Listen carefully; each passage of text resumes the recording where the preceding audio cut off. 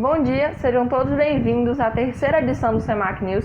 Eu sou Gabriela Galvão e o tema de hoje será vacinas. Por causa da pandemia do novo coronavírus, que foi o tema abordado na primeira edição do jornal, fez-se necessária a criação de vacinas para a prevenção da Covid-19, tendo em vista os altíssimos números de internações e óbitos decorrentes dessa doença. Mas não é a primeira vez que uma situação como essa pressiona os cientistas a descobrirem novas formas de prevenção e combate a doenças. Isso aconteceu quando a varíola estava matando milhares de pessoas na Europa e Edward Jenner conseguiu chegar ao que nós conhecemos como a primeira vacina do mundo. É isso que vamos ver com os repórteres Eduardo, Vitor, Imhotep e Michel. Meu nome é Victor Alex e eu vou falar sobre Edward Jenner. Edward Jenner ele foi um médico rural inglês que entrou para a história, pois ele desenvolveu a vacina contra a varíola, que foi uma epidemia, que matou grande parte da população mundial. E em 1904, a vacinação no Brasil se tornou obrigatória. Edward Jenner ele nasceu na cidade de Berkeley, em Gloucestershire, sudoeste da Inglaterra, dia 17 de maio de 1749. Seu pai era clérigo Stephen Jenner e Edward, desde cedo ele já estudou em escolas locais e mostrou o interesse que ele tinha pela biologia. Olá, meu nome é Eduardo Ferro e hoje eu vou falar sobre a varíola. A varíola é uma doença infecciosa que é considerada como erradicada pela OMS desde os anos 80, após a realização de uma campanha de vacinação que envolveu o mundo inteiro. E agora eu vou falar algumas informações na internet que eu vi que falam quais são os sintomas da varíola e como é o tratamento da varíola e se existe uma cura para a varíola. Quais são os sintomas da varíola? No geral, os sintomas iniciais da varíola são bastante similares ao de uma gripe e incluem, por exemplo, febre, dor de cabeça, mal-estar e dores musculares. Depois o vírus se espalha pelo corpo por meio de sistemas linfáticos que surgem manchas avermelhadas por toda parte. Essas manchas evoluem para pústulas e bolhas repletamente de líquido por todo o corpo, inclusive em locais como mucosa nasal e a mucosa da boca. Como é o tratamento da varíola? E se tem cura da varíola também? Bom, como vocês devem imaginar já, a varíola não tem cura. E os tratamentos existem somente para aliviar os sintomas da doença, sem a possibilidade de matar o vírus e impedir. Por exemplo, o surgimento das pústulas características. A melhor forma de prevenir a doença por meio da vacinação. Mas como é uma condição considerada erradicada, a vacina contra a varíola não faz parte mais do calendário regular de vacinação. Então, eu vou falar um pouco sobre a história da vacina. A história da vacina iniciou-se no século XVIII, quando o médico inglês Edward Jenner utilizou a vacina para prevenir a contaminação da varíola, uma doença viral extremamente grave que causa febre alta, dores de cabeça e no corpo, lesões na pele e morte. A varíola foi a primeira doença infecciosa que foi erradicada por meio da vacinação. A primeira vacina surgiu a partir dos estudos realizados pelo médico inglês Edward Jenner. Ele observou que pessoas que se contaminavam ao ordenhar as vacas por uma doença de gado e chegou à conclusão que essas pessoas tornavam-se imunes à varíola.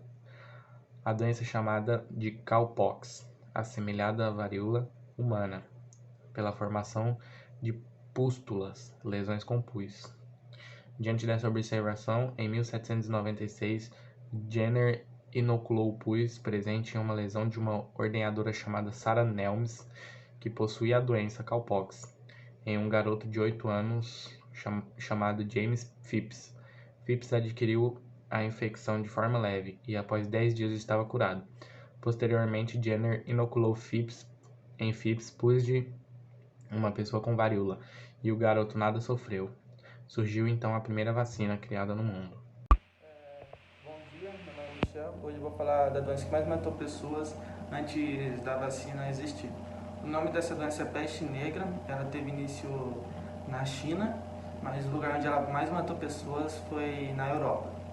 Ela chegou na Europa através de caravanas, que eram enviadas da Ásia, através do mar Mediterrâneo, que chegava nas cidades costeleiras da Europa. Ela teve início através de pulgas e ratos. Se uma pulga picasse essas pessoas, elas estariam transmitindo esse vírus. O início dessa doença começou em 1343 e foi até 1353, matando cerca de 75 milhões de pessoas. Com todos os avanços tecnológicos na produção de vacinas e a vacinação em massa, foi possível evitar muitas pandemias de doenças graves, como o sarampo e a poliomielite. Na reportagem a seguir, Sara, Ana Júlia, Marielle, Júlia e Tarsila vão nos apresentar as 5 principais doenças tratadas com vacinas nos dias atuais. Eu me chamo Sara Moura e vou falar um pouco sobre a poliomielite. A poliomielite é uma doença contagiosa provocada por vírus e caracterizada por paralisia súbita, geralmente nas pernas. A transmissão ocorre pelo contato direto com pessoas ou fezes de pessoas contaminadas, ou ainda o contato com água e alimentos contaminados. Oi, eu sou Marielle e vim falar um pouco sobre a doença rubéola. A doença rubéola é uma doença muito contagiosa. Ela é provocada por um vírus que atinge principalmente crianças. Ela provoca febre, manchas vermelhas na pele, começando pelo couro cabeludo, rosto, pescoço e vai se espalhando pelo tronco, braços e pernas. E é uma doença que é transmitida direto com contato com a pessoa contaminada. O sarampo é uma doença muito contagiosa causada por um vírus que provoca febre alta, tosse, coriza e manchas avermelhadas no corpo. É transmitida de pessoa a pessoa por tosse, espirro ou fala, especialmente em ambientes fechados, facilitando o aparecimento de doenças como pneumonia, diarreia e que podem levar até a morte, principalmente em crianças pequenas. A febre amarela é uma doença infecciosa causada por um vírus transmitido por vários mosquitos. O Aedes aegypti pode transmitir a febre amarela urbana, que desde 1942 não ocorre no Brasil. A forma da doença que ocorre no Brasil é a febre amarela silvestre, que é transmitida pelos mosquitos Haemoglobus e Sabetes, em regiões fora da cidade. É uma doença muito grave que se caracteriza por febre repentina, que pode levar até casos de mortes, trazendo sangramento no fígado, no cérebro, dor de cabeça intensa, dores nos corpos e é muito forte. A hepatite B é uma doença causada por um vírus que provoca febre baixa, dor de cabeça, fadiga, dor abdominal, náuseas, vômito, aversão a alguns alimentos e a pessoa que está doente fica com a cor amarelada.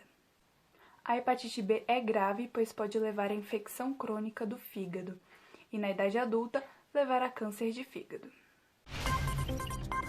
Antes de surgirem as vacinas, muitas pandemias assolaram a humanidade, matando milhões de pessoas e provocando grandes crises sanitárias e econômicas.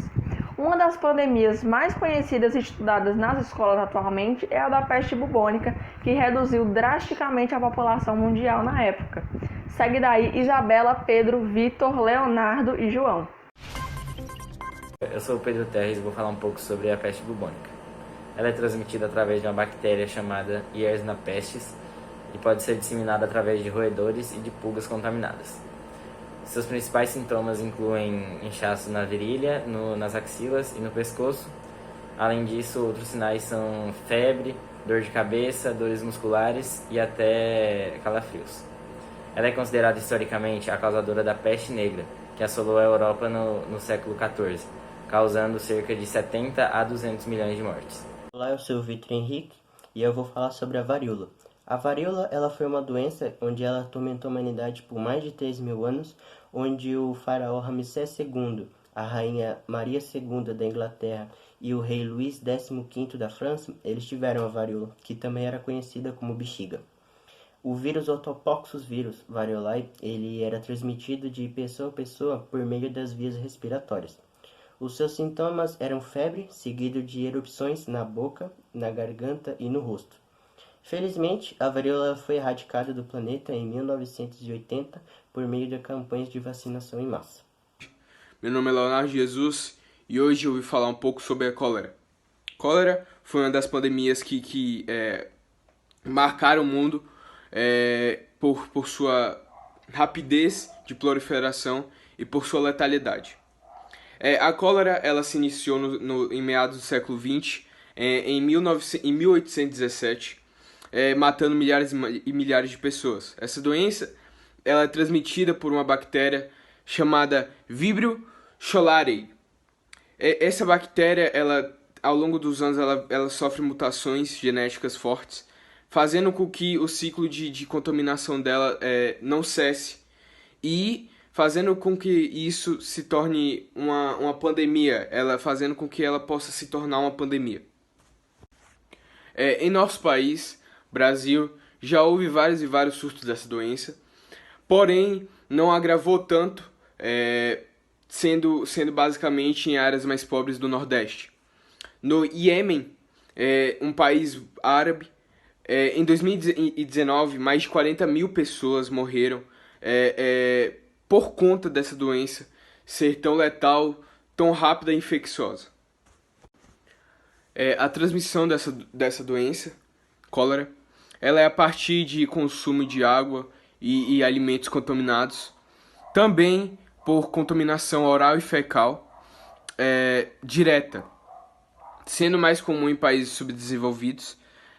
E um desses países que foi muito agravado, muito bombardeado por essa doença, foi o Haiti em 2010. Olá, meu nome é João Vitor e eu vou falar sobre a gripe espanhola. Acredita-se que entre 40 a 50 milhões de pessoas tenham morrido na pandemia da gripe espanhola em 1918, causada por um subtipo de vírus da influenza. Mais de um quarto da população foi infectada, inclusive o atual presidente daquela época, Rodrigo Alves, morreu da doença em 1919. O vírus veio da Europa através do navio Demerara, que desembarcou em Recife, Salvador e Rio de Janeiro com pessoas infectadas. Os sintomas da gripe espanhola eram muito semelhantes ao do atual coronavírus e não existia cura na época. Em São Paulo, a população foi atrás de um medicamento caseiro que continha limão, cachaça e mel. O Instituto Brasileiro de Cachaça afirma que supostamente foi dessa receita que eles tiraram a caipirinha. Olá, meu nome é Isabela Letícia e eu vim falar sobre a gripe suína. Bom, o vírus H1N1, causador da chamada gripe suína, foi o primeiro a gerar uma pandemia no século XXI. O vírus, surgido em porcos, no México, em 2009, se espalhou rapidamente pelo mundo inteiro, matando 16 mil pessoas. No Brasil, o primeiro caso foi confirmado em maio de 2009, e no final de junho já tinham 627 pessoas infectadas de acordo com o Ministério da Saúde. Já o contágio, ele acontece a partir de gotículas respiratórias no ar ou em superfícies contaminadas. Os seus sintomas são de uma gripe comum, como tosse, febre, dor de garganta, calafrios.